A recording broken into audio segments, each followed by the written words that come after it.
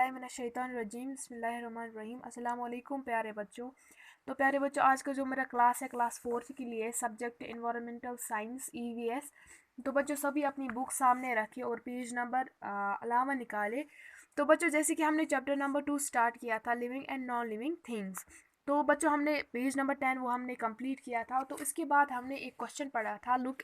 तो आज हम फिर वो दोहराते हैं। तो बच्चों सभी ध्यान रखें। तो पेज नंबर 11 सभी निकाले। तो बच्चों स्टार्ट करते हैं। Look at the things around you. Write the names of any 4 things that can move on their own from one place to another and 4 things that can not. तो बच्चों जैसे कि मैंने आपको इससे पहले जो मैंने क्लास दी थी उसमें भी आपको समझाया था कि ये क्वेश्चन हमसे क्या बोल रहा है कि आपके इर्द गिर्द जो भी चीज़ें हैं हमें उनमें से 4 ऐसी चीज़ें लिखनी है, यानी 4 ऐसी चीज़ें लिखनी है जो अपने बलबूते पर क्या मूव कर सकते हैं, यानी एक जगह से दूसरी जगह चल सकते हैं। और हमें 4 चीज़ें वैसी लिखनी है जो चल नहीं सकते हैं।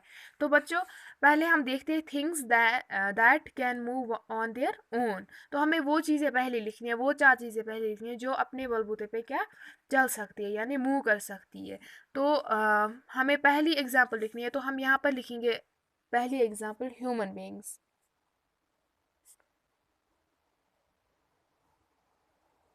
तो बच्चों यहाँ पर मैंने पहली एग्जांपल लिखी है ह्यूमन बीइंग्स। मीन्स कि हम इंसान जानदार, हम अपने बलबूते पर हम एक जगह से दूसरी जगह जा सकते हैं। जैसे कि कल हमने युवान का देखा था कि वो भी एक इंसान था, यानी कि जब उसको अपनी टीचर ने बोला कि आप जो 3 कदम है आप पीछे चलो, तो वो चल सका, अपने बलबूते पे चल सका।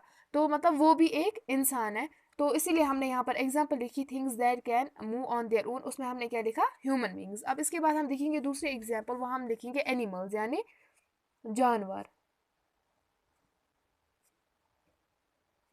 एनिमल्स यानी कि बच्चों आप देखते होंगे अपने घर में या कहीं पर भी आपने देखा होगा, जैसे कि हम गाय देखते हैं कहीं पर, या कहीं पर बछड़ा देखते हैं, कहीं पर कुछ और देखते हैं, एनिमल्स यानी जानवर देखते हैं। तो हम उनको देखते हैं कि वो अपने बलबूते पर चल सकते हैं। मीन्स हम एग्जांपल देंगे गाय की।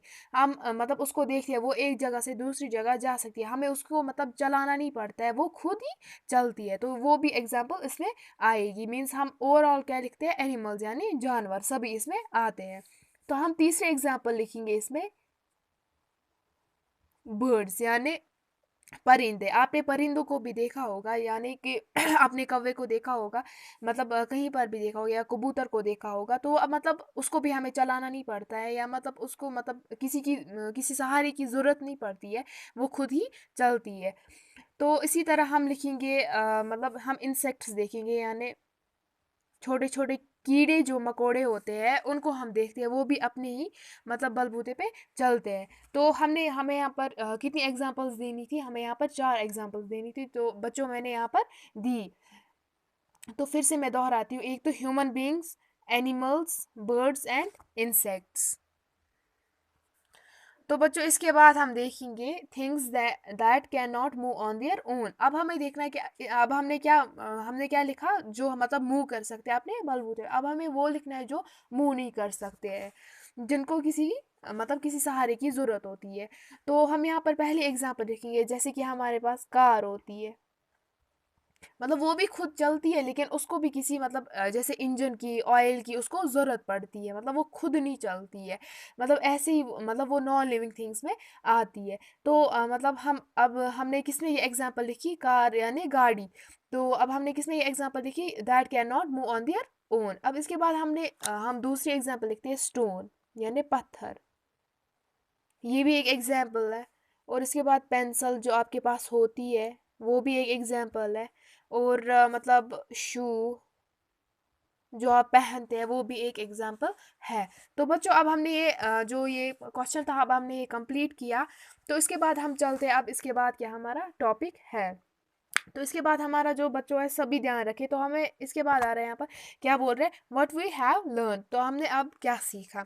Human beings, animals, birds, fish, insects etcetera can move from one place to another by themselves. अब देखो यहाँ पर भी यही एग्जाम्पल्स हमें दी गई है कि यहाँ पर ह्यूमन बींग्स मीन्स के इंसान, यहाँ पर एनिमल्स जानवर, बर्ड्स परिंदे, फिश यानी मछली, इंसेक्ट्स कीड़े एक्स्ट्रा, इनके अलावा भी बहुत सारे हैं जो क्या मूव कर सकते हैं from one place to another by themselves, यानी खुद ही वो मूव कर सकते हैं, यानी एक जगह से दूसरी जगह जा सकते हैं।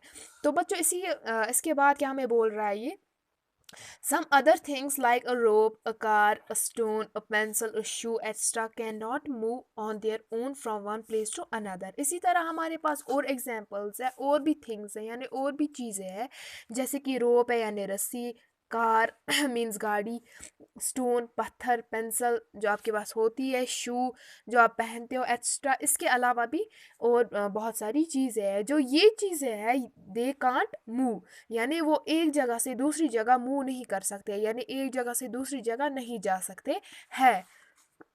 Normally plants can not move from one place to another on their own.